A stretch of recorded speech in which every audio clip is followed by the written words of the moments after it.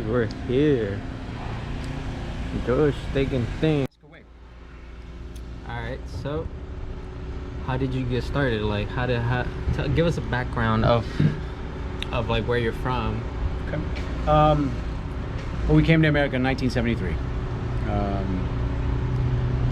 We first arrived in Michigan because my father's brother, my uncle, was a reverend in Michigan, and he said, "Come on over, I'll take care of you and everything." So we went over there. The reason why we left 1973 because a war broke out in Lebanon.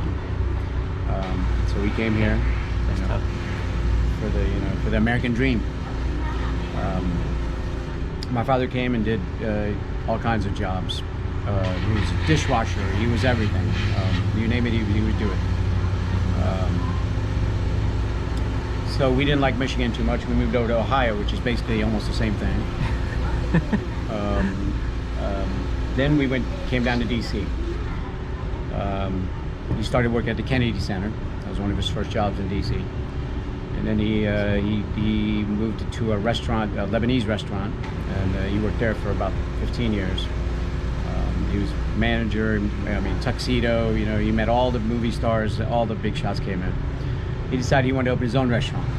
So he found a spot in Georgetown. We opened that one up. And that lasted for about 20 years. We sold that after 20 years. We just got tired of the hours because you have to stay open until 4 in the morning.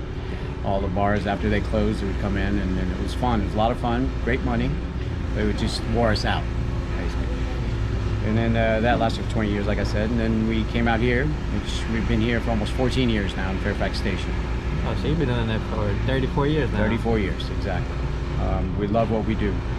Wow. We love to give people food that we like to eat. That's why we make sure everything's fresh, everything is top quality. I don't hold back with that. My father always disagrees with me. I don't cut corners, but I always get the more expensive products. And we love this area. Fairfax Station has been really, really good to us. Fairfax Station, Burke, we mentioned them as well, and Clifton. We love this area. Great people, great community. From day one, we've sponsored, donated. I have a problem with saying no. It's basically a story of my life. It's not bad. Yeah. It always comes back around. Yeah. And now it is. Since February, end of February, March, when this Corona thing came out, the community has come out and really helped us out. That's awesome. That's awesome, dude. Yeah, that's without me begging or anything like that. They just came out and helped us out. I've seen that a lot. Yeah, and so on that note, support your local business. Exactly. Support your local and support family owned, especially. That too. Yeah. And we've loved it. And it's just, sometimes I almost want to cry as much love as we're getting back. I know a lot of businesses have closed up, and it can open up. Right when it's kicked off, my father said, "Listen, just keep the door open." I was the nervous one. He said, "Just keep the door open. We'll make it work. We'll make it work." I said, "Are you sure?" Well, you just calm down. He was the calm in the storm, basically. And he came out and said, "Just keep the door open. Everything will be just fine." Yeah, I got some inside. And then that's where we're at. All right. So what's the strategy like here? What is it like? Is it like marketing or word of mouth? Like, well, that's another thing my father says is like the word of mouth is the most important thing. If your product is good, if you're good, people will come back. That being said, I also decided to do some marketing as well. I spent about maybe $50 a week on marketing, and it's helped. Bringing my nephews on has helped me as well. With Instagram and all that kind of stuff, and gift cards that are digital. We switched over to the Clover POS system, which I had no clue what it was, but they jumped right in and showed me what to do. Oh, okay. Yeah, and that's been amazing. Before that, what system were you using? It was just a basic register system. Basic register system. Okay. So now you can check everything digitally? Everything. I'm How much comes in? Yeah, how they much brought me comes into the 21st century basically, so I Oh, can wow, check okay. by phone. I'd be at home and check the reports. I can check everything that's going on. I can do all that good stuff. Okay. Yes, sir. So yeah, younger blood has helped me a lot. Okay. Especially, I was during the Corona. I was averaging about 65 hours a week, which is crazy, I know, but it had to be done. Yeah. Okay. And let me see here. I know I sent you some questions. I got them right here. So, how was this started? Like, when you first started, did you have a budget? How did you plan this? Like, Well, you want me to go back to Georgetown at the beginning, or you want me if to you here? want, or here, whichever one. Because I know many people are, they want to put their own business, no matter what it is, restaurants, salons. Or, Yeah. What my father did was he took a second mortgage just to get the one in Georgetown started.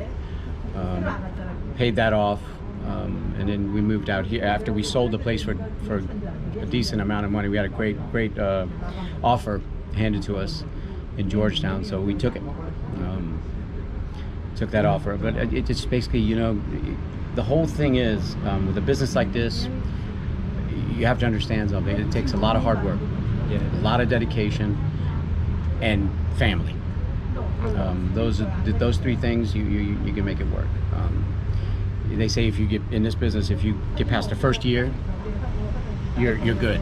If you get past the second year, you're gonna last. Yeah. Okay. Yeah, because the first 3 years are the most important. Yeah. So it's not as easy as it seems and all that. If I can ask, what's the average you were doing over at Georgetown? I don't remember. I really don't. In Georgetown, basically, my father was in control of that stuff. But at that point, we were doing mostly a lot of college students, a lot of because the location was surrounded by GW University and Georgetown University as well, and we were right across the street from the Four Seasons Hotel, so that helped a lot. Okay. So location is everything. It's everything. Yeah. Okay. So take in mind location. Okay. So some struggles that you guys have faced other than this pandemic. Employment, getting people to work has really been has always been a struggle, because it's what you should be selling. That's then you got employee costs and you got expenses and all that. Yeah. How much would that be? Around 20,000, 30? You mean take home? Yeah. It's tough. It's tough to say, because you never know, because especially these days it's Everything. what I'm seeing now is unfortunate. Prices are getting jacked up on beef, especially like steaks, ground beef, everything. If you've been to the store lately, you can see everything's going up, and they're saying it's because of a shortage of meat and all that kind of stuff. But whatever it is, and they've also increased veggies. Veggies keep going up and down, fluctuating in price, which is really not good for us.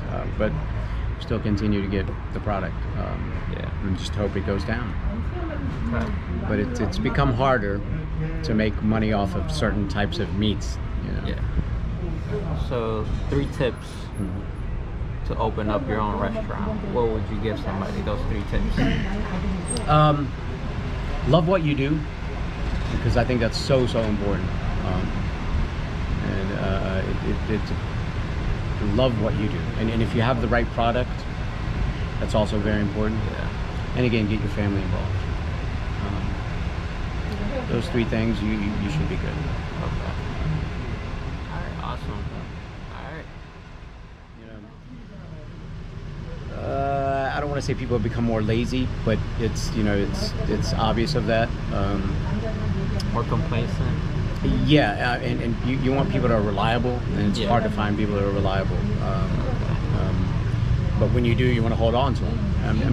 Every employee that we bring into our restaurants, we treat them like family, which is another important thing. You got to make people comfortable. You can't, treat people like dirt. You can't, ask them to do stupid stuff and not pay them. You know, you can't be doing anything like that. And we treat them like family, which is why most of the employees we've hired stay on with us for a long time. They appreciate that, and we appreciate them. It's a give and take. So, what are some advice you give to someone trying to open a restaurant or trying to put their own business out there? You want to be honest? Yeah. If you want to open a restaurant, I don't recommend you do it. It's tough. It's a tough job. But if you really, really want to, more power to you. It's not easy. It's a crazy business we're in. But like I said, if you have family, if you have the right product, people appreciate that. So have the right product, dedication, and always involve your family. Oh, yeah. Okay. It's not bad. Right. So did you see yourself doing this when you were younger? I did, because when I was 17 years old, I got a job at the Hilton working as a waiter. Right at my senior year of high school, we wore tuxedos and everything, and I loved it right away. I loved it. I loved interacting with the people. I loved the food industry. I loved everything. I loved it so much. I took a couple of years of college at hotel restaurant management, and that was awesome. I loved it. It was just an eye opener. Just interacting with people is so awesome. I love it. So now, I personally tried a steak and cheese. Steak and cheese is famous here in Fairfax, from what I've seen and heard as well. Yeah. That's our. So how did you guys come up with that? Okay. On the baklava too. Back in 1988, back in 1988, we bought a place. That's when we bought the place in Georgetown. It was really tiny then. And the guy had just started doing cheesesteaks. He was from Philly. I went in, he taught us how to do it,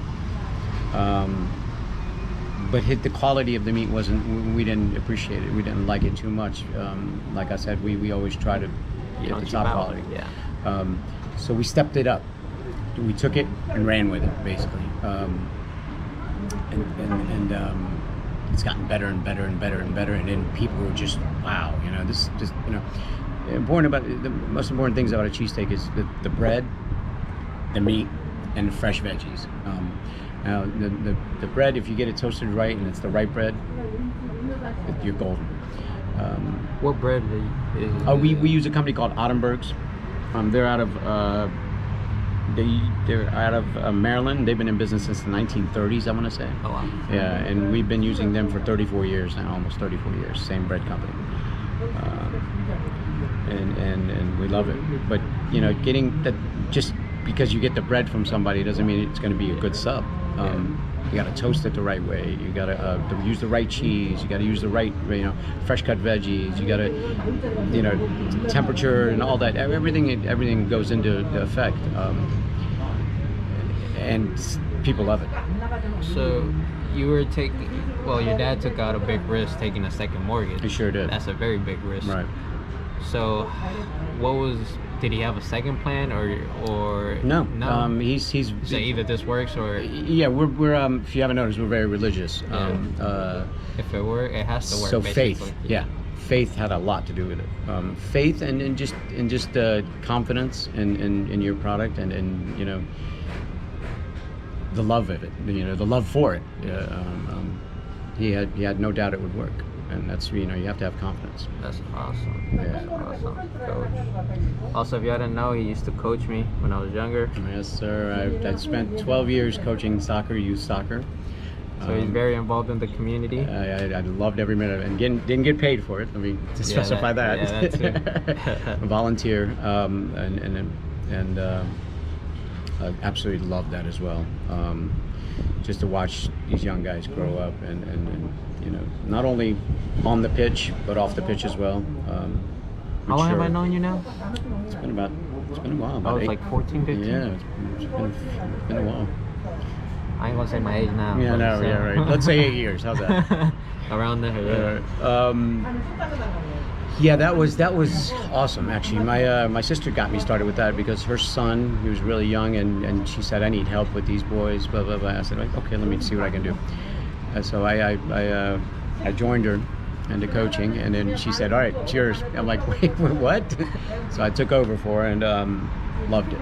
Absolutely loved it. I mean, it was really tough for me trying to balance a restaurant as well as volunteering to coach soccer, because it's not as easy as it sounds. Some of these kids need rides. Some of the kids can't afford uniforms, cleats.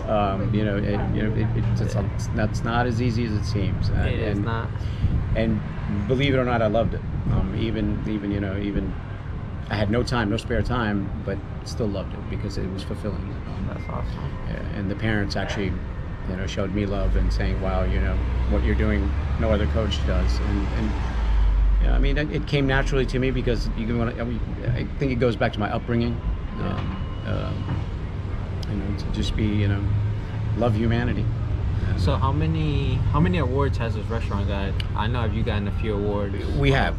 We recently, our latest one was from the DCW I forgot what the name of the award was. I think it was, well, let me start with the first one. The first one is it's called a 14 karat gold award, which they select 14 restaurants out of 3,200 in Northern Virginia. Yeah, and that's actually a really big deal. We got that for being with 0 health code violations, and 5 years in a row with 0 health code violations, and that was in 2014. And now it's 2021, and we still have no health code violations. Cool. Knock on wood. But that goes back to my father, the way he's taught us. Everything has to be always clean. Everything has to be. I mean, nice and tidy. Yeah, exactly. Yeah. And the other award, I forgot what it was. Let me see if I have it here. It was from DCW. I think it was called a silver. Here, let me make sure. I'll look for it.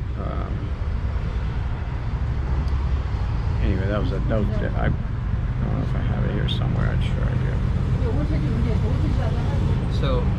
Yeah, here it is. Okay. So it's called the DCW. Just fucking have my glasses on. Yeah, the DCW award they gave us for Clean Plate Award, basically. Clean Plate Award. Yeah. That's for also not having any violations and just, I'll give you a perfect example. Two people from the health department still eat here. Oh, wow. Even inspectors, even after, and they refuse to not pay, so they always pay. Okay. And they say, we keep coming back because we know what your kitchen looks like. Yeah.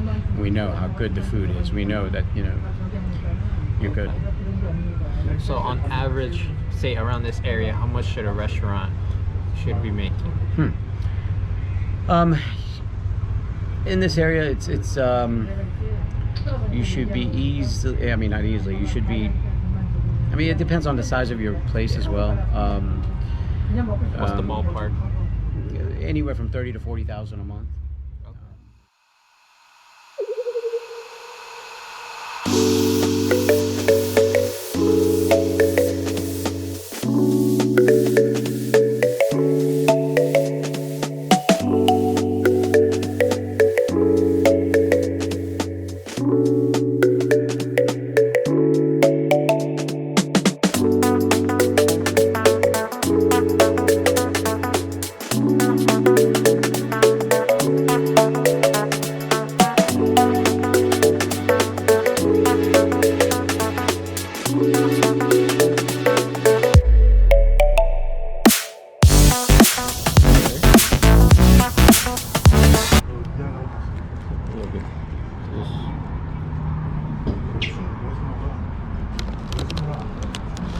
Steak and cheese with everything on it. Super good. Come out and try it.